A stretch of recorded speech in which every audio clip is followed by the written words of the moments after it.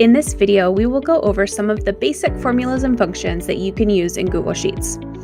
Using functions in Google Sheets can have a high learning curve and it can be challenging, but with the power of Google search and copy and paste, you can use functions with your Google Sheets.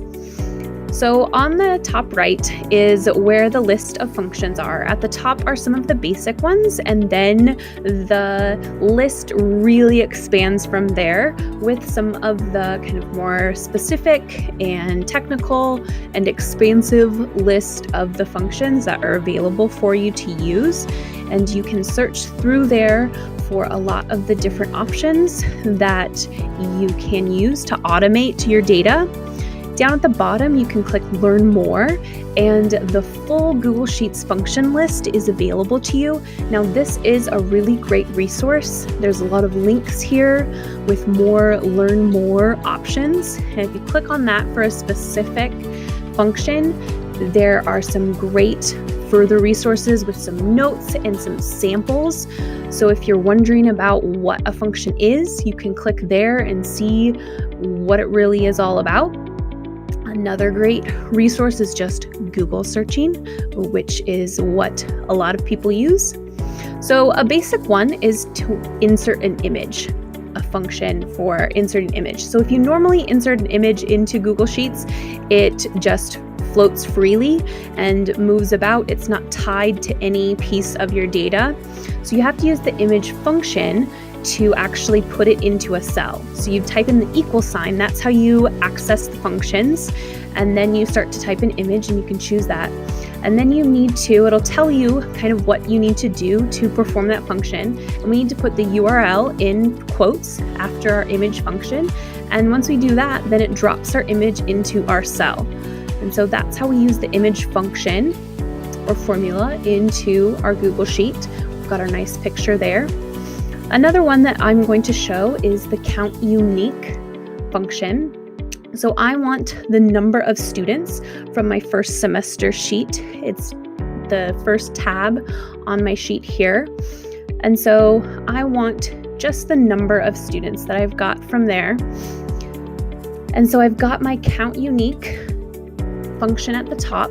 And so I need to pull from my first semester. I need to tell it where I want to count from. And so I want it to count from that first semester and that range, and it will draw from those students.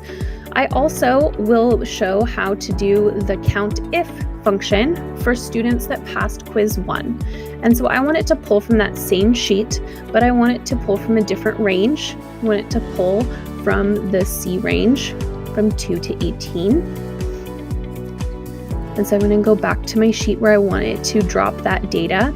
And so that's the range that I'm going to have in here from my first semester sheet and my range from C2 to C18. But I want it to count if the number is greater than 70. So I put that in quotes with the greater than 70. And so it runs that function and it will drop the data right there underneath. And so my students who passed quiz 1, and there's my number.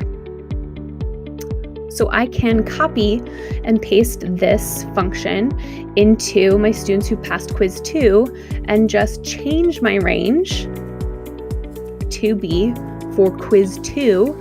And so it will pull from that range and adjust the data for quiz 2. So I'll just change it to D because that's my column with the data for quiz 2. And it will adjust my number for quiz 2. So that's the count if, and so it would count if for a certain result, and my result would be if my students had a quiz grade greater than 70, and count unique, which is counting every single one from the first column. There's a couple other common functions that are at the top, like counting an average. And so I'm just pulling a section of data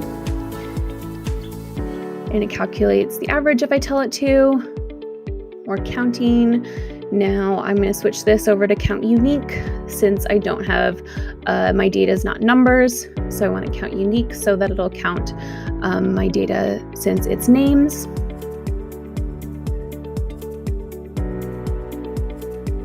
I can also have it calculate the sum.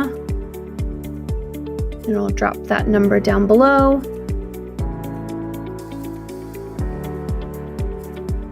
And so these are some common ones. The average is probably one that most people use most frequently. And so those are the ones that are up at the top in the function list.